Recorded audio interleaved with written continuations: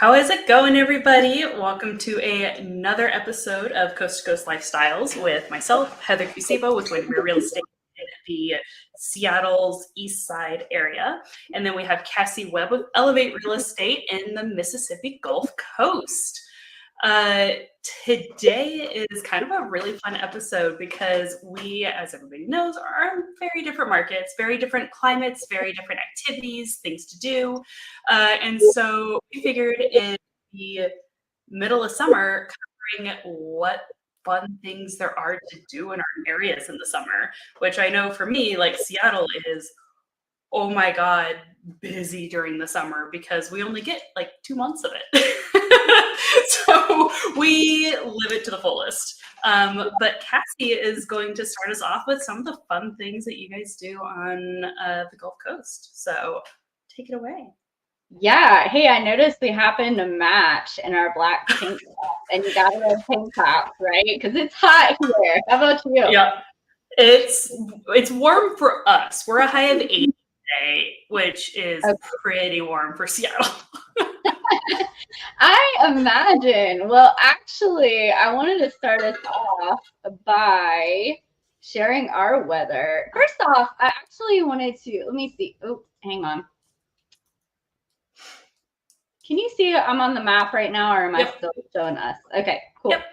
So, first off, for those who don't know where the Mississippi Gulf Coast is, this is a map of the United States. Here's Heather way over here. And here we are. So we're about halfway between New Orleans and Mobile. And we are on the Gulf of Mexico. And then we have a lot of little bays and bayous and rivers, and so lots of water here for sure. And so when we're talking about weather, I wanted to share our weather for today. Feels like 107 degrees. Jeez. Heat advisory. It says the humidity is 66%, but I do not believe that because I just was outside and I'm telling you, it is higher than that, and the UV index has got to be higher than an 8 out of 11. So it is hot. Oh, man. So there, of course, that being said, one thing is we do lots of water sports here because you got to cool off. So we have a lot of, like I said, rivers, and we do, we've got some like paddling trails, kayaking, river tours. And so there's lots of people that do, things like that.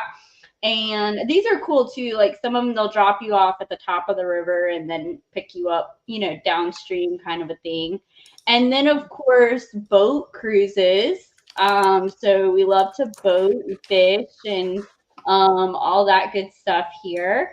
And so we've got like Ship Island actually is one of our barrier islands. So you can go out there. Our beaches are very beautiful. The water is not so beautiful.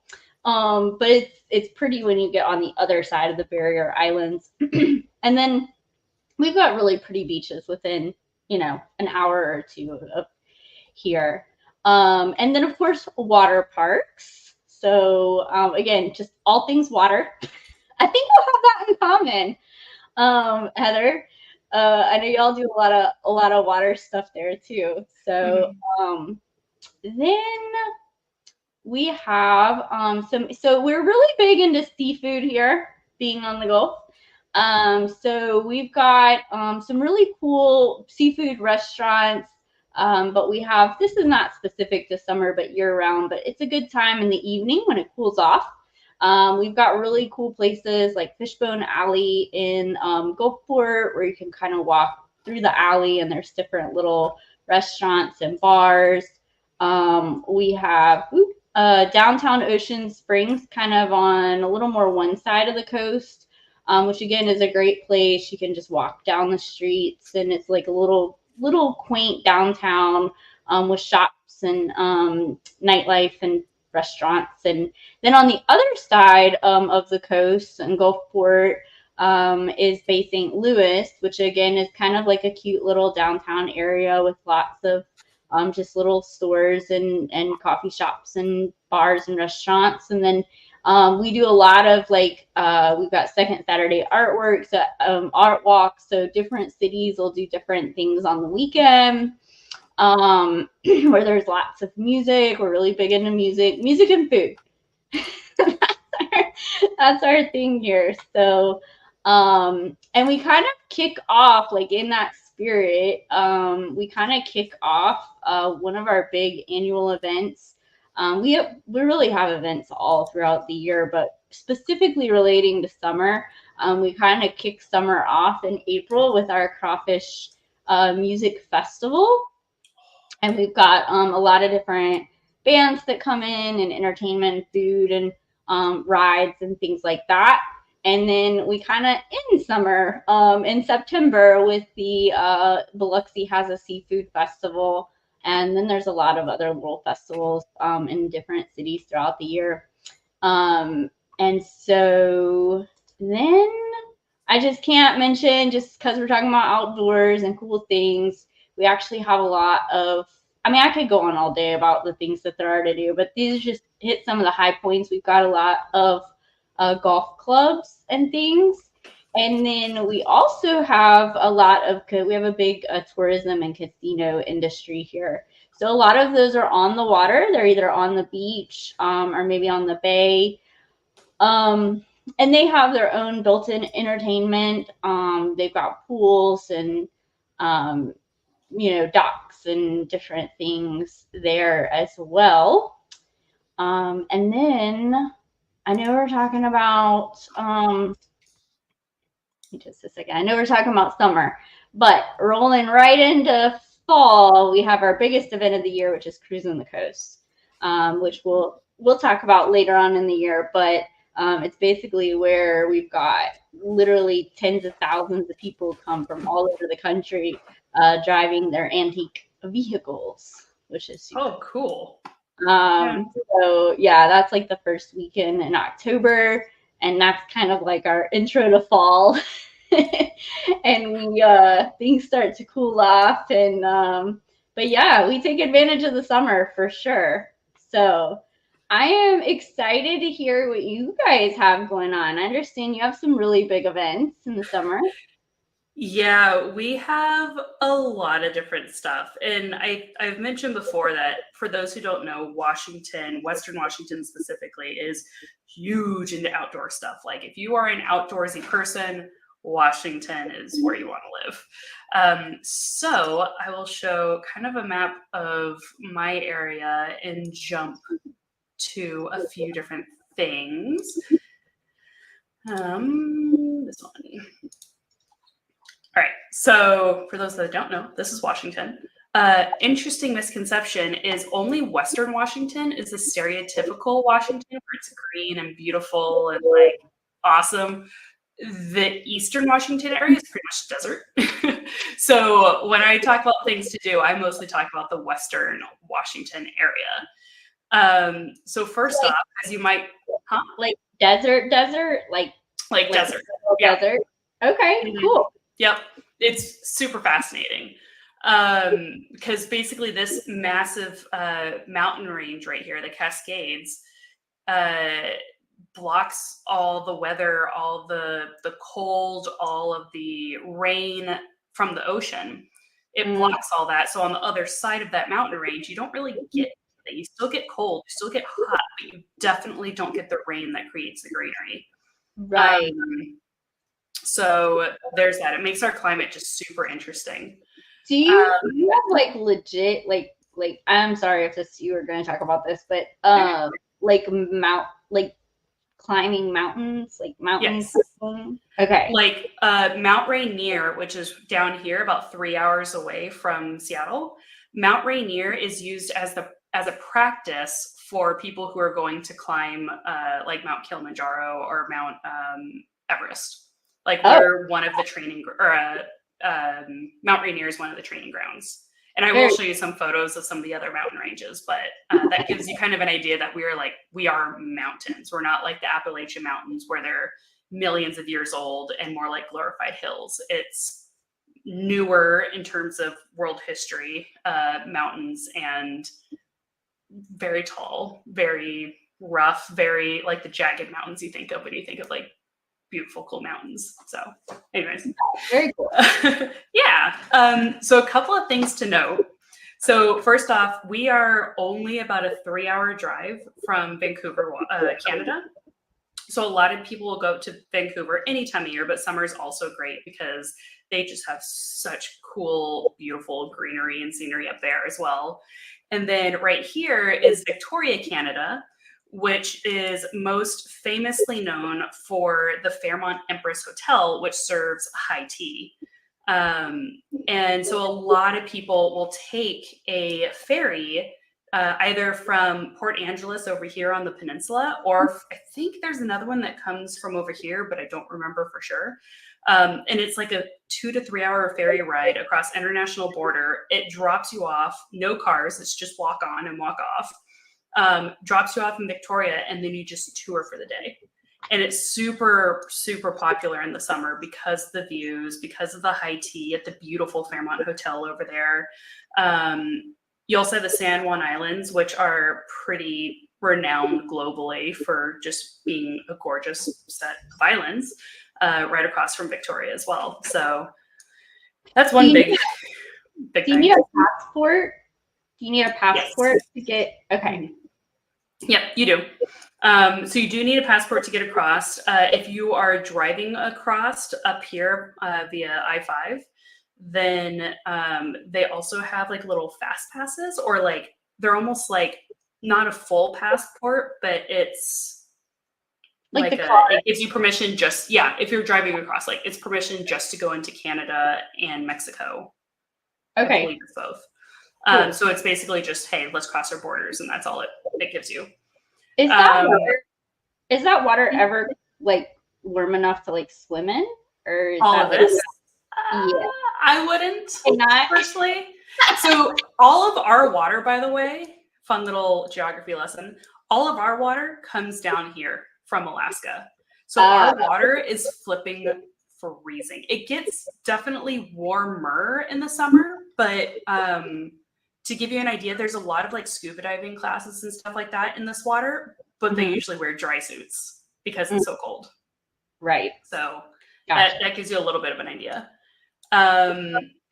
But yeah, so a lot of people will take the few hour drive to Vancouver, the few hour boat ride to Victoria, BC. It's also a few hour drive over here to Ocean Shores, which is pretty much the closest we can really get to truly enjoying the Pacific Ocean, since it's so rough in our area and so cold. But it's like a cute little town, and it is highlighted. There we go. But it's usually super foggy in the morning, super windy in the afternoons. But if you happen to be there on a nice day, you can actually drive on the beach and see a ton of wildlife. You got just a ton of really cute areas like Airbnbs and stuff like that you can kind of camp out for the weekend on the coast. A lot of people, and I did this last year, a lot of people will spend like a week just touring the entire peninsula, like driving up one side, stopping by. We have a lot of like forts from old war times, basically. I can't remember which wars off the top of my head because I'm brain farting right now. But there's a lot of like old forts that you can go to, and it tells you the history of why they set up the fort there to protect themselves from people coming in. You got Port Angeles, which is really cool. You have the Hoh Rainforest, which is also very widely known because it is a legitimate full-on rainforest in the middle of the peninsula. It is absolutely gorgeous, and of course it does rain 90% of the time. But that's in this area right here, and it's just gorgeous. We do also have 3 major national parks here, and one of them is the Olympic National Park, which is all the mountain ranges, the Hoh Rainforest, stuff like that over here. We have the North Cascade National Park, which I will show photos of in a minute, and it's flipping gorgeous. It's one of the most beautiful places I've ever been in my life. And then we have the Mount Rainier National Park. So all of this right here, as I mentioned before, is the Cascade Mountain Range. North Cascades are just absolutely breathtakingly gorgeous. There is a place in the North Cascades called Diablo Lake, and I'm brain farting, so I'm going to zoom in. Ross Lake. Super fascinating thing. So Ross Lake has it, as you can see, it kind of goes into the bottom tip of Canada, and it has a tiny little resort area where it looks like a bunch of floating cabins, basically. See if I can find a photo of it on here. But it has a 2.5 year to 3 year wait list because it's literally only like 10 buildings or something like that. And then they also have where you can go and rent boats, whether it be kayaks or canoes or motorboats, and then you can just venture around as much as you can. It takes us I've done this many times with some of my friends, and it takes us literally an entire day to get from like this side of the lake to this side of the lake and back, because it first off is windy 90% of the time. So you're fighting the wind, but also it's just huge. It's massive, and it's just so pretty. A lot of people are familiar with in Italy, Lake Como, where it's famous because you're in the middle of a lake with just hills and mountains surrounding you. And this is like that on steroids and way less populated. So it's just super cool. This is one of my favorite things to do in the summer is go around the North Cascades because it's absolutely beautiful. But aside from that, that's like the big areas that people go to. But other things that we're really famous for is orca tours. So you can pay to go on a boat and go around this water area because the orcas come through here all the time. So you get to do a lot of whale watching and whale sighting. We also have a ton of blueberry farms. And a lot of those have opened themselves up, so it could be a you pick blueberry. We just became members of one this year that we're very excited for. That's only like 15 minutes from our house, and they're like fully organic. And a lot of places pick for the consistency of the growth of the grapes, but this place, or not grapes, I'm sorry, for blueberries. But this place does it strictly for the taste and the flavor. So they have very uniquely delicious blueberries. So you got a lot of those. Farmers markets are also incredibly popular during the summer because our entire state is farms, different kinds of farms. There's veggie farms, there's blueberry farms, there's horse farms, there's meat farms, but it's a ton of farms. And so all those farms get together mostly in the summer and do just a variety of amazing farmers markets where you could just get so much delicious fresh produce for a fraction of the cost, which is always fun. And then we have a ton of outdoor events that the city and the state plan for just taking advantage of our nice weather. But two of the biggest ones that are popular time and time again include things like the Capitol Hill Block Party. So Capitol Hill in Seattle is basically the eastern part of Seattle proper. And the Capitol Hill Block Party is basically a music festival. And we get some really big names sometimes. So like last year, for anybody who's familiar, we had Sophie Tucker. A couple of years back, we had Diplo and we had Charlie XCX. We've had Lizzo show up before. We've had Denzel Curry. We've had Diplo a few times, apparently. But it is always a big event, and it completely shuts down that entire section of the city, which is always a lot of fun. And then the biggest event that we have every year, which is always so much fun, is called Seafair. And Seafair is most famous for, we have the Blue Angels come almost every year. And so to pull up this map again. So this is Lake Washington right here. This is the second biggest lake in all of Washington state. And about right here is where the core part of the Seafair Festival happens. And this is kind of like the center stage, if you will, of the Blue Angel show. But any park in this area or any tall building, you can actually watch it. You're just not the center that they're focused on. So like my office, for example, in downtown Bellevue over here, actually we're basically like right under the flight path for the Blue Angels where they turn around. So we get to see bits and chunks of it, which is always really fun. But I was telling Cassie this before the show, but my father is actually a career pilot for the Marine Corps, and he flew the same kind of aircraft that the Blue Angels fly. So I don't always have to watch it, but I love to listen to it because it is literally the sound of my childhood. And it's so nostalgic and just so much fun to listen to and watch. And it's always fun. But it's not just an air. They also have a full-on festival with food carts and things like that. They have hydroplane races, which is probably, I would argue, the second most popular thing there after the Blue Angels. So these are just insanely fast boats that literally just zip around Lake Washington. And one of the other really cool things is, as a lot of people know, we are the home to Boeing. And so a lot of Boeing basically brings in a lot of their military style aircraft and does a air show. So we've seen the F-35 perform. We've seen, I don't even remember all of them, like a ton of aircraft, including sometimes some test aircraft that they've had, which is also really cool and really fun to watch. I nerd out about that just because my background as a military kid.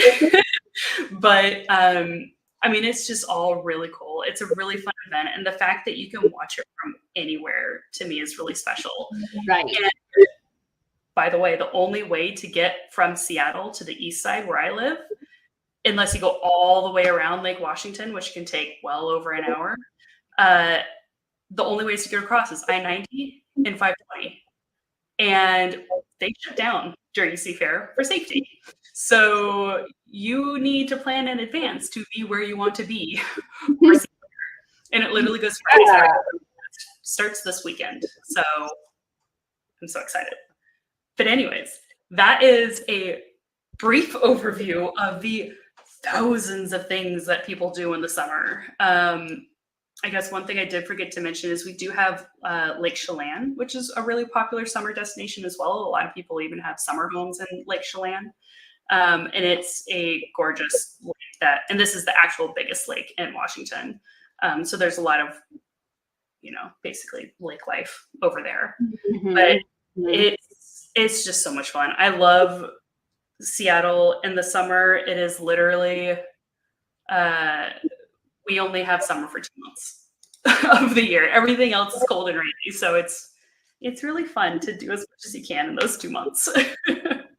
Yeah, I'm excited to remember. I know we talked about this last year because I remember your Christmas show. But, I'm excited to do this again in the fall, winter time frame, and go over again, the fun things to do in the winter. Although I can't do much of the cold, so I would have to come visit in the summer. Yes, we do have some fun summer. The problem with summer is it's so unpredictable because we had 2 weeks of 90-degree weather. We ended up breaking a record for the most amount of days above 80 degrees in our area, which I think was 3+ weeks long. But then we had 2 weeks where it was just kind of chilly and a little rainy and overcast, and it was low 70s. And now we're back to the 80s for the next 2 weeks. So we're you don't know what you're going to get. Yeah, here the only mystery is there a heat advisory or not? Probably there is. And is the humidity 60% or 100%? That's which is 60%. Yeah, we're at 64% humidity today, and I'm yeah, I can feel it. Yeah. Sometimes I think we're gonna adapt and like get some gills or something. Like, dude, how can you breathe? It's not even air. But Oh man. yeah, well, this is super fun. Well, next week we're gonna jump back into real estate world with our July stats, and we're gonna look at year-over-year appreciation over time. Correct. So we're gonna kind of do a bird's eye view of what our markets have looked like, not just like I think last month we did kind of a year-over-year recap. Kind of, yeah. This would be more on a larger time span. So I'm super excited to dive into that. And so yeah, Heather, unless you got anything else, we will see you guys next week. No, I'm gonna enjoy the one day of sun that I can enjoy this week. Yes. Yes. All right, guys, let's see you next week. Same time, same place.